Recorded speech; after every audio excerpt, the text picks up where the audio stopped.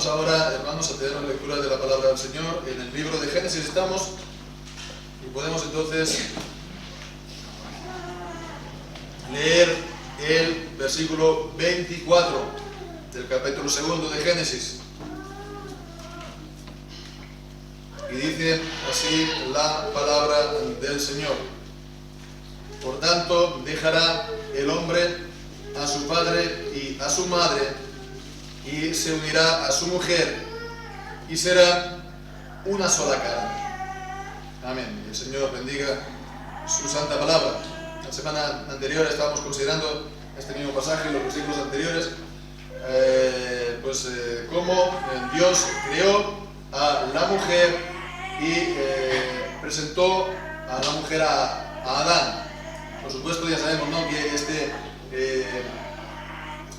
pasaje no es tomado en serio por la sociedad hoy en día, por el mundo. Y bueno, por eso es también la crisis de la familia tan terrible que se vive en la sociedad. Pero también hemos de decir que es algo que se puede encontrar también en las iglesias. Esta misma actitud o parecida. Y esto se puede ver, por ejemplo, en el uso que se hace de este pasaje en el Nuevo Testamento. Este pasaje de la creación de Eva lo encontramos dos veces citado en el Nuevo Testamento. Uno en 1 Corintios capítulo 11, en el pasaje acerca del cubrimiento de la cabeza de las mujeres en el culto, y por otra parte en 1 Timoteo capítulo 2, en el pasaje que dice que la mujer no puede enseñar ni ejercer autoridad sobre el varón, sino aprender en silencio. Y bien, entonces pensemos, ¿no?, qué caso se hace entonces a estos dos pasajes o a estas dos cosas en general en las iglesias en el día de hoy. Prácticamente la práctica bíblica que dice en 1 Corintios 11 de cubrirse la cabeza a las mujeres es prácticamente en todas las iglesias hoy día abandonada. Y por supuesto, que hablar también de la existencia de mujer pastor, contraviniendo esta enseñanza de que no permito a la mujer enseñar ni ejercer autoridad sobre el varón.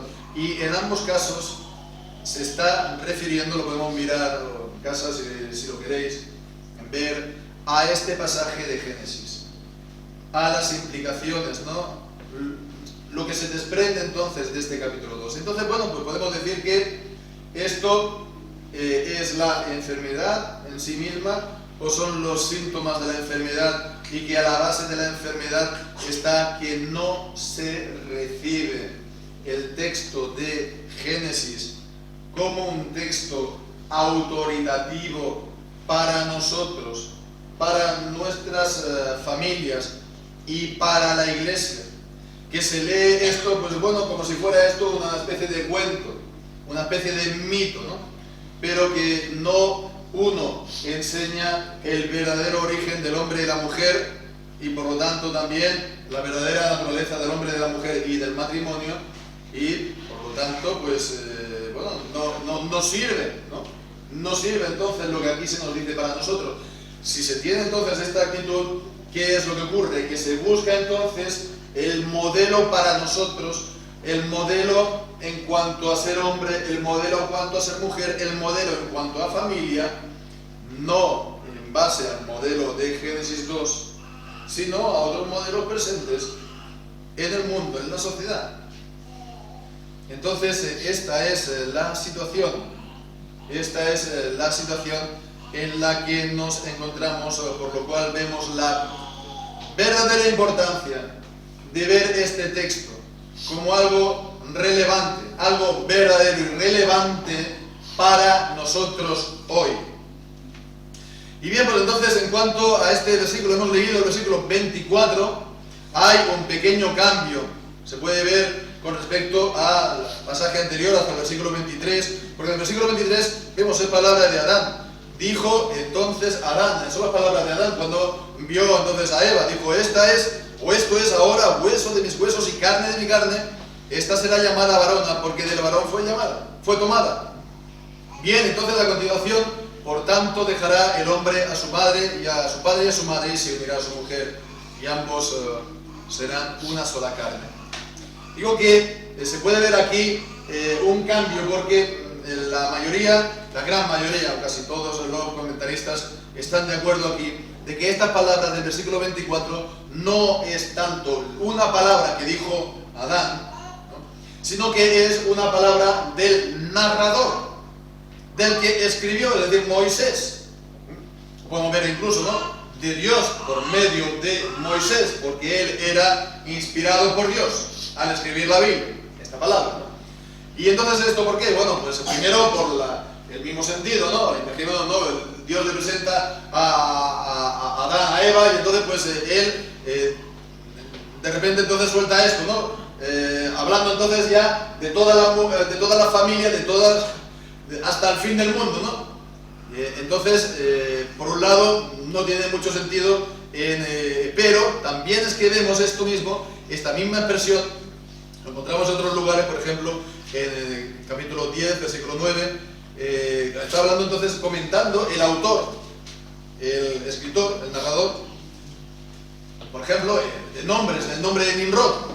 Este fue vigoroso cazador delante de Jehová, por lo cual se dice, así como Nimrod, vigoroso cazador delante de Jehová. Aquí se traduce de esta manera, por lo cual, como también en el capítulo 11, versículo 9, acerca de Abel.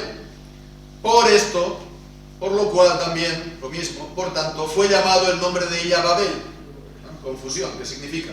Porque allí confundió Jehová el lenguaje de toda la tierra. Entonces, vemos aquí esto va en esta línea, que esto es el comentario que hace el narrador de las palabras anteriores, ¿no?, justo antes de Adán, cuando vio a Eva. Y bien, pues entonces, en estas palabras que encontramos, en estas palabras entonces vemos la institución del matrimonio, ya en Edén, ya pues en la creación, antes de la caída. Entonces es algo que Dios instituyó en el inicio, de la misma manera que también instituyó, por ejemplo, el sábado, el reposo, ¿no? El ciclo de un día santificado para el Señor, no, de entre la semana. Pues aquí también, en cuanto al matrimonio, una institución divina, una institución creacional, ¿no?, es una institución de antes de la caída en el pecado y es así, por lo tanto, para todos los hombres. Para todos los hombres, ya sean creyentes o no, gentiles, judíos, bárbaros, escitas, de todas las naciones, en todos los lugares, esta es una institución de Dios para todos los hombres. Y entonces aquí nos está hablando esto verdaderamente, entonces, ¿cuál es la verdadera naturaleza del matrimonio? Evidentemente, sabemos que a lo largo de la historia, en los lugares, en las naciones, pues ha habido distintas, como hoy dicen, modelos de matrimonio, ¿no? Eso nadie lo pone en duda, es algo evidente, pero ¿cuál es lo normativo para los hombres? ¿Hay un modelo que sea normativo para los hombres? Pues así es el que encontramos en la palabra de Dios. Este es el modelo normativo para todos. Entonces, en este texto nos encontramos, vamos a ver aquí 4 puntos, ¿no?, acerca de esta institución del matrimonio. 4 puntos que vamos a intentar ver con la ayuda del Señor. Y primeramente, pues vemos, ¿no?, y no tanto en el versículo 24, sí, en el versículo 23 vemos, ¿no?, la palabra de Adán, esto es ahora hueso de mis huesos, carne de mi carne, esta será llamada varona, porque del varón fue tomada. Entonces vemos, está hablando en todo este pasaje, por lo tanto, de Adán y la mujer, Eva, ¿no? Después ya veremos que se le pone este nombre. Es varón y varona, Isha, ¿no? Es hombre y mujer. Entonces el primer punto es algo que es tan evidente que no se tendría que ni siquiera que razonar o argumentar acerca de ello. Es que el matrimonio es entre un hombre y una mujer. Es entre un hombre y una mujer. Y bueno, pues sabemos que eso, pues, entre comillas, ha cambiado, ¿no? Esto ha cambiado en los países del occidente, sobre todo, y bueno, pues ahora es algo casi prácticamente universal, y uno de los, digamos, países a la cabeza en este cambio fue España, ¿no? Por una vez. Nos hemos avanzado en algo, ¿no? En el 2005 pues se legalizó el matrimonio homosexual, creo que fue el tercer país en el mundo después de Israel y Bélgica, creo. Mucho antes de que lo legalizara, por ejemplo, Estados Unidos. Pensemos que creo que fue en el 2008 Barack Obama ganó las elecciones en Estados Unidos, ¿no? Pero lo hizo comprometiéndose a que no habría matrimonio homosexual y que él, su convicción era que el matrimonio era solamente entre hombre y mujer. Y bueno, pues fue elegido y evidentemente a los 2 o 3 meses pues comenzó a hacer todo lo contrario. Y una vez pues, lo hizo Estados Unidos y lo hicieron los demócratas de los Estados Unidos, que siempre se les presenta universalmente como los buenos, una vez que los han hecho los buenos de Estados Unidos, entonces es algo universal, ¿no? Bueno, pues entonces vemos que desde entonces hay el llamado matrimonio, ¿no? Homosexual, ¿no? En otros lugares se utiliza la palabra más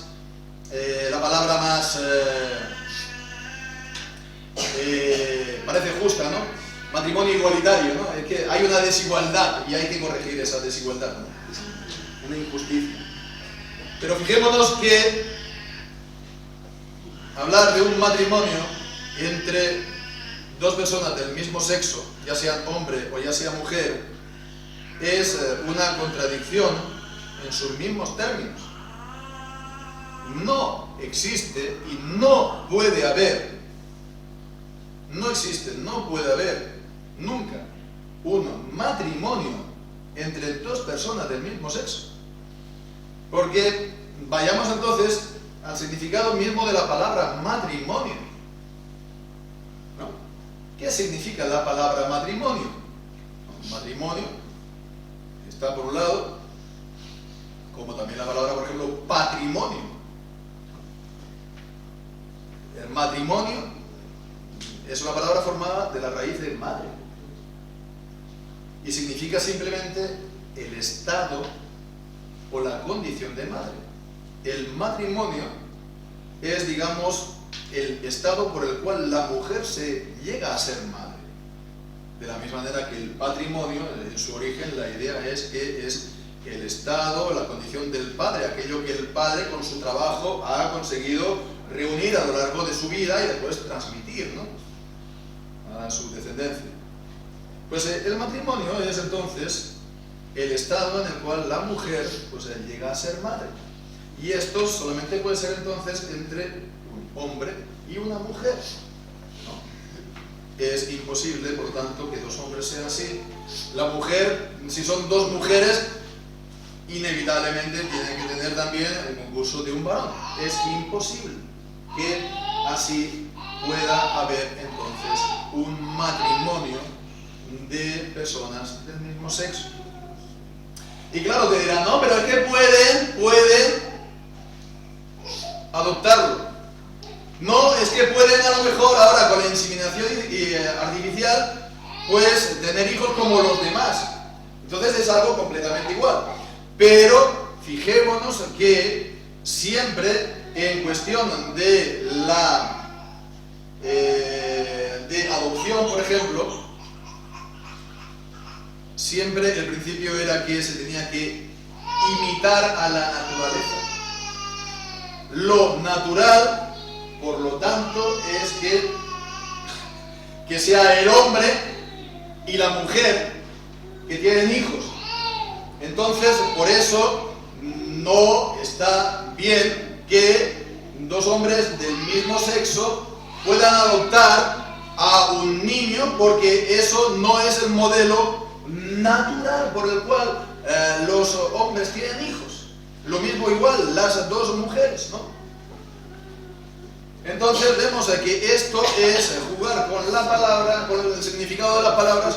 Eso no es querer no reconocer la existencia de un modelo natural, que el matrimonio, llamado entonces entre comillas homosexual, está en contra de ese modelo natural. Y es por ese modelo por el cual siempre ha habido hijos y descendencia en el mundo y vida, ¿no?, entre los hombres. Llamar entonces matrimonio homosexual es jugar a la palabra. Es como llamar, por ejemplo, a la palabra casa, ¿no?, que está en tierra y que no se mueve, llamarla barco, ¿no? ¿Por qué? Bueno, porque a mí me gustan los barcos y es como mi hogar. Bueno, sí, será como tu hogar, pero una cosa es una casa y otra cosa es un barco. No puedes entonces cambiar el significado de las palabras así. Entonces vemos que se ha querido hacer esto. Este es un experimento que se está llevando a cabo durante miles y miles de años, desde la creación misma hasta hace 16 años más o menos, ¿no? Pues ha sido así en todas las naciones de la tierra. Y entonces pues estamos en esta situación que es un experimento, ¿no?, a ver cómo sale esto. Pero esto primeramente es un pecado y no se puede llamar de otra manera. Es un pecado porque contraviene la ley de Dios, porque quiere corregir la creación de Dios, quiere corregir pues como si la vida tal como Dios la ha creado sea algo injusto que se tiene que corregir. Entonces es que el hombre se quiere poner en el lugar de Dios. Y entonces al hacer esto, entonces el hombre se convierte directamente en enemigo de Dios. Y está entonces creando el mal con sus mismas manos. Vemos, no se puede llamar de otra manera. Contraviene la creación de Dios, contraviene la ley de Dios, contraviene la ordenanza de Dios. El matrimonio, por lo tanto, solamente es entre hombre y mujer. Es el primer de los puntos que hemos de sacar de esto, que en otros momentos pues tal vez sería algo tan evidente que no tendríamos que ni siquiera detenernos en ello, pero que hoy en día es bien necesario hacerlo. Entonces en cuanto al primero de los puntos es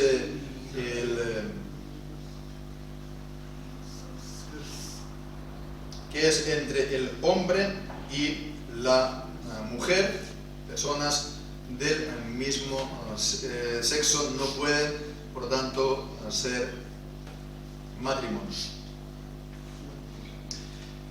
El segundo punto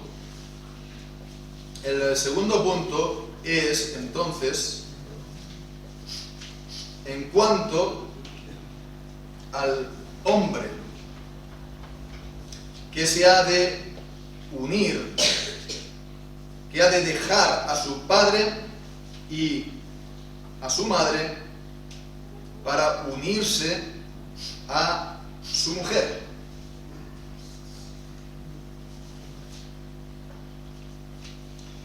Entonces vemos que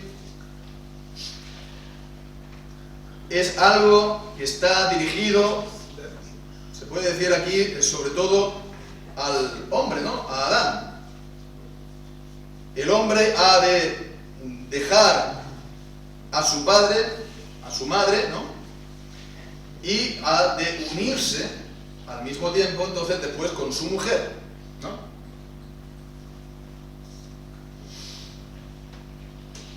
Y esto no se hace de cualquier manera. Esto no se hace de cualquier manera. En los versículos anteriores vemos como Dios hace a Eva, a la primera mujer, y después Él se la presenta a Adán. En el versículo 22 dice que la trajo al hombre. Y bien, pues entonces la mujer, que fue la creación, la última creación de Dios, ¿no? También, si Adán es llamado hijo de Dios, ¿no? Procede de Dios en la genealogía en Lucas capítulo 3, pues igual Eva. Entonces vemos el Padre, Dios, la presenta a Adán, y Adán la toma, por lo tanto, como mujer. Y esto entonces es también una cosa importante, porque vemos que incluso en el paraíso, en el Edén, no fue de cualquier manera. Esto se convierte, por lo tanto, en el prototipo para el matrimonio, para todos los matrimonios futuros.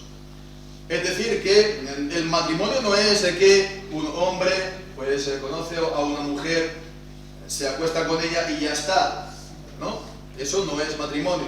El matrimonio no es que ni siquiera un hombre y una mujer pues se conocen, se gustan y se van a vivir juntos. Y eso no es matrimonio. Porque el matrimonio es que tiene que haber entonces, digamos, pues un momento, un acto en el cual, pues, bueno, pues los padres, ¿no? Por ejemplo, de la mujer, traen a la mujer al que va a ser ahora a su marido, y entonces esto es algo público, porque es algo que concierne a ambas familias, ¿no? Y entonces eso va a ser también algo que se va a reconocer públicamente y va a tener, por lo tanto, también un reconocimiento legal, ¿no? Entonces vemos que esto de empezar a vivir sin más, esto no es matrimonio, ¿no? Antiguamente se llamaba concubinato. Ahora se utiliza otra palabra como parejas de hecho. Pero incluso esta palabra, parejas de hecho, es, digamos, para distinguirlo de la expresión parejas de derecho. Las parejas de derecho son aquellas que se han casado, ya sea pues solamente por lo civil, o si son creyentes, pues también entonces por la iglesia, ¿no? Ya sea que la ceremonia tiene un carácter legal o simplemente es una ceremonia interior porque se ha pasado antes por el juzgado. Bueno, eso da lo mismo. Pero el caso es que tiene que haber este acto público, solemne, que concierne a las familias, ¿no? Y bueno, pues esto empezó a cambiar también, pues sobre todo a partir de los años 50 del siglo pasado, por toda esta idea de la corriente un poco del existencialismo, de que bueno, de que hay que ser libre con respecto a la sociedad, ¿no?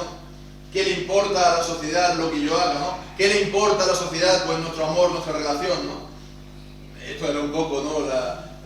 El discurso que se hacía, ¿no? Parece muy romántico, muy bonito, ¿no? Bien, vale, sí. Y entonces, pues así quedó. En una cosa muy limitada al principio, pues, de artistas, de intelectuales, ¿no?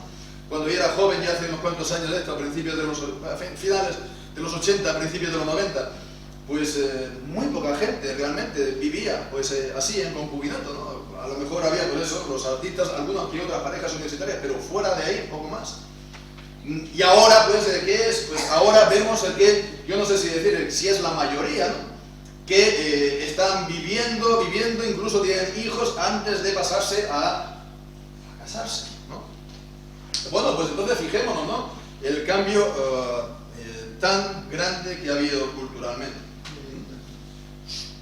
Y bueno, siempre la idea es eso, ¿no? La sociedad, ¿no? ¿Qué le importa a la sociedad? Sí, ¿qué le importa a la sociedad? Sí, pero, amigo, después, si dicen que el ayuntamiento tal da tantas ayudas a las parejas de hecho, van corriendo a registrarse como pareja de hecho, ¿no? O pareja, no sé cómo se llamaría. Me acuerdo cuando estábamos allí en el norte, ¿no? El ayuntamiento de Bilbao daba hasta 600 euros al mes. Entonces, para esto sí, ¿no? Para esto sí que uno va corriendo a registrarse donde hay que firmar como pareja de hecho. Y bueno, después si tienes hijos, ¿no? La cuestión de bienes, de herencia, hombre, pues algo se tendrá que hacer, ¿no? Y al final pues todos acaban más o menos casándose. Después ya para, en la mayoría de los casos, pues acabar el matrimonio en pocos años, pero eso es otra cosa. Entonces, pues la cuestión es esa. Esto de casarse, esto de volver a empezar aquí a vivir sin más, esto es una teoría muy romántica en principio, que es bastante hipócrita. Es bastante hipócrita. Y por otro lado, en el fondo, al no haber entonces esta boda, en el fondo lo que hay es una falta de respeto a los padres. Y fundamentalmente, aunque no solamente, pero sí, a los padres de la novia. Que, bueno, pues viene alguien, ¿no? Y se la lleva a vivir sin más, ¿no? ¿Y qué tratamiento entonces se le da a esta chica? ¿Y qué tratamiento se le da a los padres de la chica? Y esto pues hoy en día no se ve o no se quiere ver, pero realmente es así. Es una falta de respeto. Una falta de respeto para los padres. Y por supuesto que sí, vale. Ya llegan a los 18 años los chicos, y los 18 años a los chicos ya toman sus propias decisiones. Legalmente es así. Legalmente ellos también pueden votar. Pero en la realidad no es así. Ningún chico a los 18 años, chica a los 18 años se puede establecer en la vida sin los padres. Muy raro, muy raros casos que a los 18 años tengan la capacidad para independizarse verdaderamente de los padres. A los 18 años los hijos dependen de los padres hasta unos cuantos años todavía. Y van a vivir todavía unos cuantos años en la casa de los padres. Si viven en los casos de los padres, están también bajo la autoridad de los padres. ¿No quieres entonces pues honrar a los padres? Muy bien, pues entonces vete de casa, ¿no? Y a ver cómo sobrevives, ¿no? Pero evidentemente la cuestión no es intentar arreglar esto a los 18 años. La cuestión es que ya nuestros hijos lleguen a los 18 años, ¿no?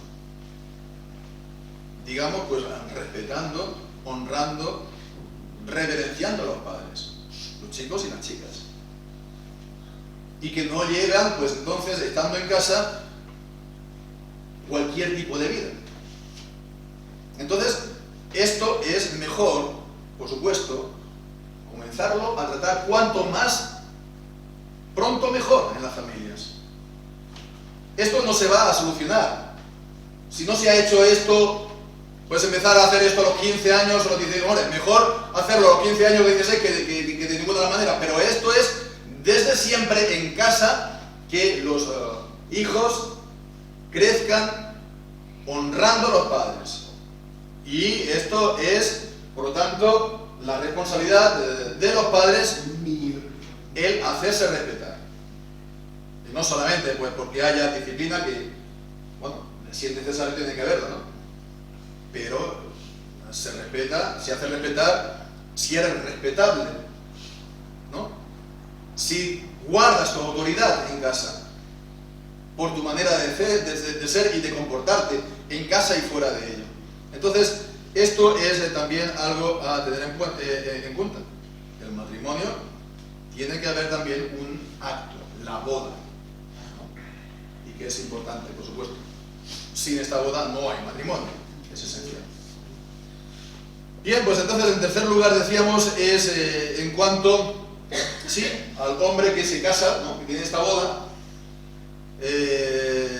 dice deja al padre y a la madre y se une entonces a su mujer. Entonces vemos, hay este acto doble de dejar por un lado a sus padres y unirse. Entonces es interesante estas palabras, dejar, abandonar y unirse. Bueno, lo encontramos muchas veces después en el Antiguo Testamento para hablar de Dios, cuando dicen que los hijos de Israel han abandonado a Dios, o también que los hijos de Israel se adhieren. En la Reina Valera más bien es allegan, ¿no?, o se adhieren al Señor. Es decir que es un lenguaje que se podría decir de pacto. Es un lenguaje, me gusta mucho la palabra, pero bueno, pactual, ¿no?, del pacto, ¿no? Y entonces aquí vemos que realmente Adán era cabeza de pacto, era cabeza federal. Al tomarse la mujer, entonces es la cabeza federal, importante también en el pacto de obras, en el versículo 16, que lo estuvimos considerando. Le afecta no solamente a él, sino también a su casa, a su esposa y también, por lo tanto, a sus hijos, que son coherederos de la misma promesa, siempre en los pactos de Dios. Bien, pues entonces vemos, hay esta doble movimiento, dejar y por otra parte unirse a su mujer. Entonces esto es también interesante, se lo está dirigiendo sobre todo ¿a quién? Al varón. Al varón. Y aquí entonces está señalando un poco a la responsabilidad del varón. Y en primer lugar entonces es la idea de que el varón ha de, bueno, al casarse, dejar a los padres, ¿no? Dejar a los padres. Físicamente, ¿no? Pero también, pues en cuanto a su manera de ser, ¿no? Al carácter, ¿no? Hay un corte, digamos, tiene que haber un corte, digamos, emocional, ¿no?, interior, por el cual, en este caso estamos diciendo el varón, el hijo, entonces va a tomar la responsabilidad del nuevo hogar. Entonces no se casa para que pues siga siendo entonces el niño pequeño, ¿no?, de los padres, ¿no? Si es pequeño, si es el mayor, pues será el niño primogénito, ¿no? Pero bueno, la cuestión entonces es que, por supuesto, esto no significa que, a ver, te casas y entonces ya se ha acabado todo, ya el niño ya ni llama por teléfono, ni pasa a ver a los padres, ni los saluda, ¿no?, y se hace un poco ya el maduro. No es esto, por supuesto, ¿no? No es tampoco que, bueno, si hay algún problema, pues te aconsejes, ¿no?, sobre todo con los padres, el padre, ¿no?, y aceptes o recibas pues su punto de vista. Pero la cuestión es que has de ser, digamos, un poco independiente en tu corazón. Es decir, no dependiente de tus padres emocionalmente. Sobre todo los varones de su madre. Porque poca, digamos, seguridad transmite, ¿no? Pues esto mismo, ¿no? Ver que el varón sigue dependiendo todavía de su madre, ¿no? Entonces es algo importante. El varón tiene que, pues, ser, sí, la nueva cabeza del nuevo hogar, ¿no? Y por supuesto esto también pues señala a la importancia de, bueno, pues el varón ha de, sí, proveer para su mujer y para los hijos que vendrán, ¿no? Entonces es algo también a tener en cuenta, que el varón y la mujer cuando se casan, ¿no?, pues es para que no sigan entonces dependiendo de los padres. Dependiendo de los padres, digamos, físicamente, ¿no? A ver, los padres a lo mejor si te hace falta algo, pues siempre te van a ayudar, ¿no? Te pueden traer algo de lo que ha preparado la mamá para cocinar, que tanto les gusta, ¿no? Eso, pero esto es una cosa y otra cosa es que continúes, entonces, sin más, ¿no?, como antes, ¿no? Entonces, esto significa que, evidentemente, cuando te casas, pues entonces ya tienes o comienzas a estar un poco instalado en la vida, ¿no? En cuanto al trabajo, etc.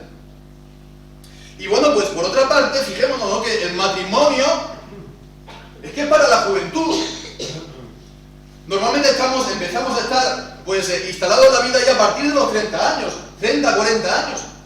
Pero el matrimonio es con la mujer de tu juventud en la Biblia. O el marido de tu juventud también en la Biblia.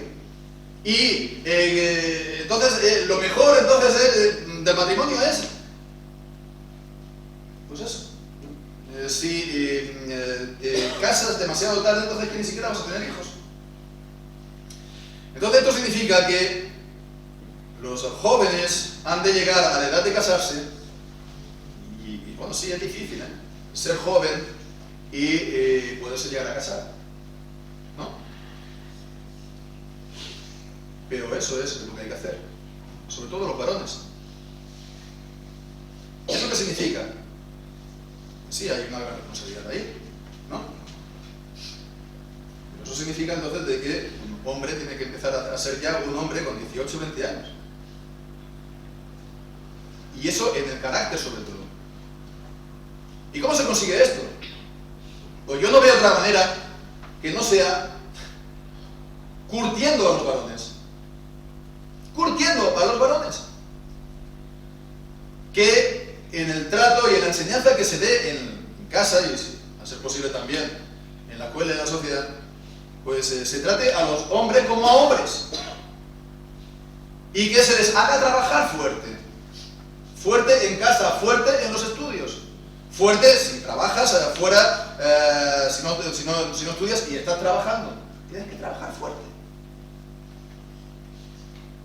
Es una lástima y es una tragedia que ya no haya servicio militar. Pero es algo también importante, debería serlo también, porque, bueno, es también algo que corresponde a los varones, ¿no? Defender a la mujer y a los hijos, incluso con su vida. Y ahora, pues, son las mujeres que tienen que venir a defender a los varones, ¿no? Porque están también igualmente en el ejército y en la policía.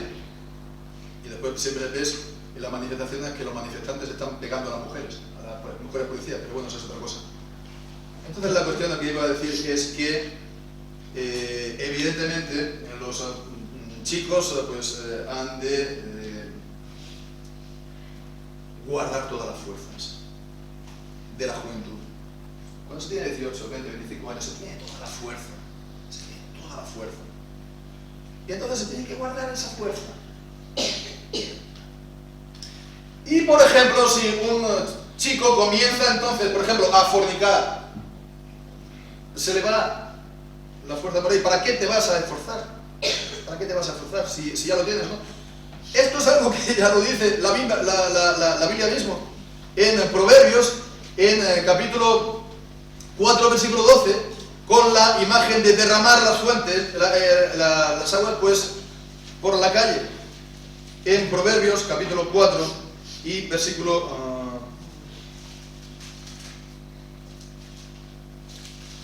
No, es capítulo 5, perdón, versículos, y a partir del 15, bebe el agua de tu cisterna y los raudales de tu pozo.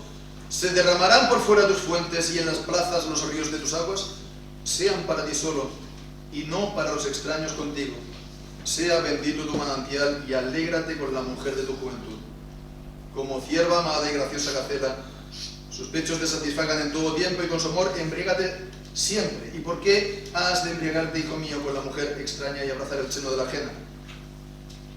Entonces, si se comienza de esa manera, poco te vas a esforzar. Por supuesto, si comienzas a salir por las noches, poco te vas a esforzar. Si comienzas a beber o si comienzas con drogas, poco te vas a esforzar en la vida. Realmente eso va a arruinarte tu carácter, eso va a arruinarte incluso tu fuerza y tu salud. Entonces, esto es importante, porque bueno, el modelo que se ha puesto a la juventud de la fiesta sí, pero es para hacer todo lo contrario de lo que se tiene que hacer, para que llegue un hombre entre 20 y 25 años y se pueda casar. Bien, pues esto es algo importante también a tener en cuenta, porque es lo que posibilita el matrimonio. Nos estamos alargando, pero no pasa nada. Creo que son cosas importantes y que no siempre tenemos la oportunidad de verlo. El cuarto punto es el resultado de esto es el unirse en matrimonio. Dice: se unirá a su mujer y serán una sola carne. Una sola carne. Entonces, bueno, es algo importante porque esta unión no se encuentra en ningún otro lugar. Podemos tener amistad, por supuesto, podemos tener otro tipo de cosas en la vida, ¿no?, de relaciones, pero este tipo de llegar a ser una sola carne ya no se puede dar más, si no es el matrimonio. Ese tipo de unión entre dos personas que es tan profunda que ya no son dos más, es una sola, un solo propósito, una unidad en casa, incluso también unidad de bienes, una sola carne. Y bueno, pues esto en contraste a lo que vemos en la sociedad hoy en día, el discurso que se pone es que es prácticamente el matrimonio viene a ser como una amistad, ¿no? Un poco más en profundidad, pero bueno, está controlada completamente por el Estado y bueno, cuando se disuelve es como dejar pues, otro tipo de relación, ¿no? Y el discurso es que bueno, tú te casas, pero digamos que cada uno ha de mantener su independencia, cada uno pues ha de tener su, digamos, en cierto modo hasta su propia vida, ¿no? Cada uno tiene su carrera, cada uno tiene sus expectativas en la vida y no cabe en la cabeza de que uno limite su perspectiva en la vida, ¿no?, ya sea el hombre, ya sea la mujer, ¿no?, por el bien del matrimonio y por el bien de la familia. Entonces son dos carreras, ¿no? Son dos vidas que, bueno, pues viven juntas en el mismo techo, ¿no?, y se encuentran por la mesa. Entonces, es todo lo contrario. Lo que hay que hacer es realmente vivir lo que aquí se nos dice. Es decir, pues tener esa unidad, ¿no?, entre los esposos primeramente. Tener esa comunión y esa comunicación continua. Es que hagáis siempre cosas juntas, todo lo que se pueda hacer juntos, pues hacedlo, ¿no? Intentad ir siempre a los sitios juntos, ¿no? Las vacaciones, ir juntos. Hombre, si no es posible porque uno trabaja y tiene la fecha de un día y otro tiene otro, pues bueno, pues tal vez será bueno que uno se quede en casa y no vaya de vacaciones, ¿no? Y se sacrifique, entre comillas, ¿no?, por estar en su casa. Había antiguamente la expresión de estar de Rodríguez, ¿no? No sé si conocéis esa expresión, ¿no? ¿Cuántos problemas matrimoniales no han venido por ahí? Haced siempre cosas juntas. Y tener a la mujer y tener al marido como tu ayuda idónea, como tu consejero. Si tienes algún problema, pues háblale a él, háblale a ella. Mirad, hay gente que por supuesto va al psicólogo y paga al psicólogo para esto, ¿no? Y bueno, pues no tengo nada en contra, son profesionales, han estudiado, ¿no? Pero tienes a tu esposa y tienes a tu marido que es tu ayuda idónea y lo tienes siempre delante de ti, ¿no? Entonces puedes comunicarte con él y decirte qué le pasa y buscar a lo mejor pues su ayuda, su consejo y sobre todo al Señor, como dice Eclesiastés capítulo 4, del cordón de 3 dobleces, ¿no?, que no se rompe fácilmente. El marido, la mujer y el Señor es un cordón irrompible. Entonces esta ayuda, esta unidad es la que tenemos que vivir plenamente en nuestros matrimonios. Pero cuando estamos hablando también de ser una sola carne, no solamente está hablando de la unidad o de la unión de los espíritus a un nivel espiritual, sino también de los cuerpos. Porque en 1 Corintios capítulo 6 vemos estas palabras, se están citando precisamente en el caso de la unión sexual, incluso de fuera del matrimonio. Está hablando aquí 1 Corintios capítulo 6, versículos 15 y 16.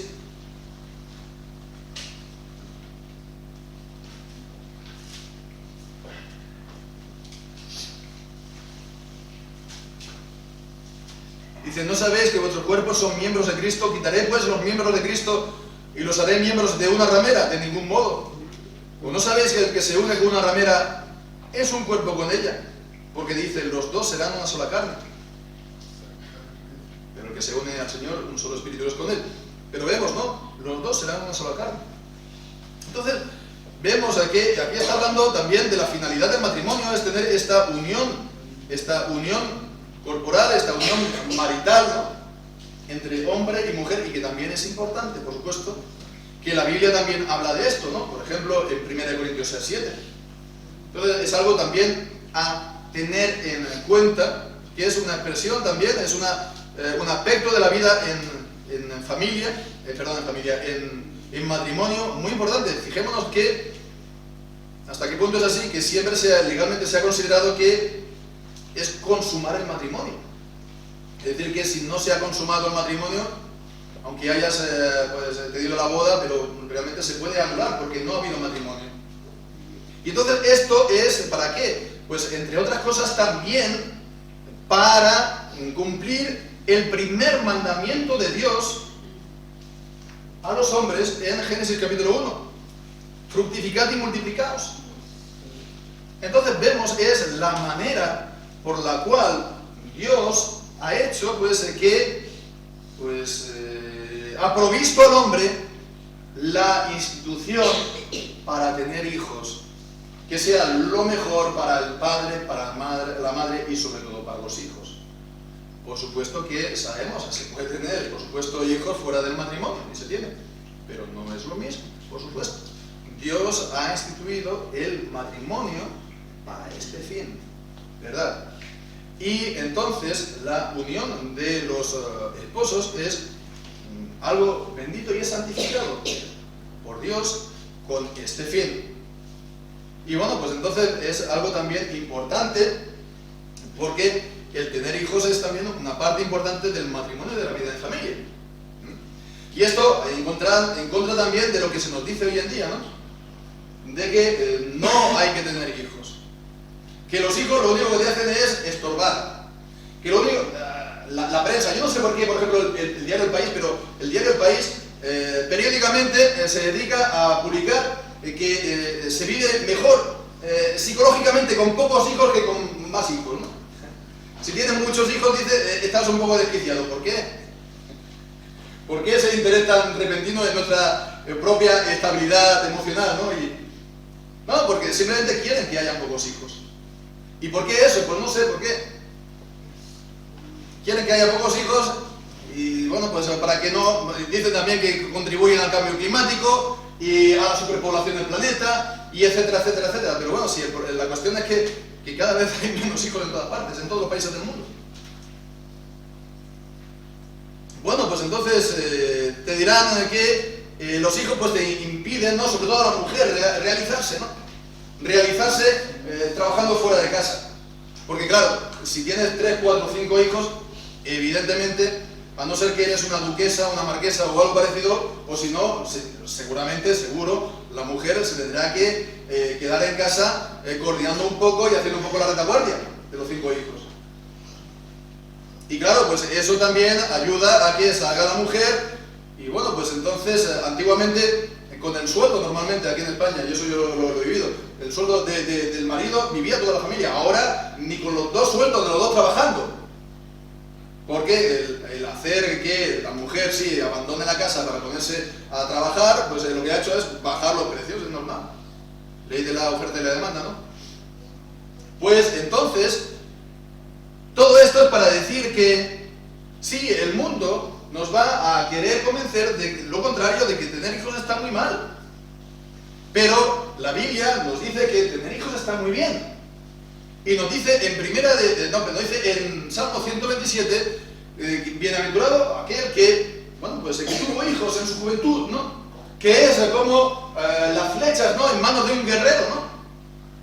Y que no será avergonzado cuando hable con los ancianos en la puerta de la ciudad. Va a recibir honra, va a recibir reconocimiento en la ciudad, en la sociedad, ¿no? Te van a decir que es muy difícil llegar a final de mes. Ciertamente con hijos te vas a tener que esforzar y ciertamente vas a tener que limitar muchos gastos superfluos, pero el Señor es fiel. El Señor es fiel.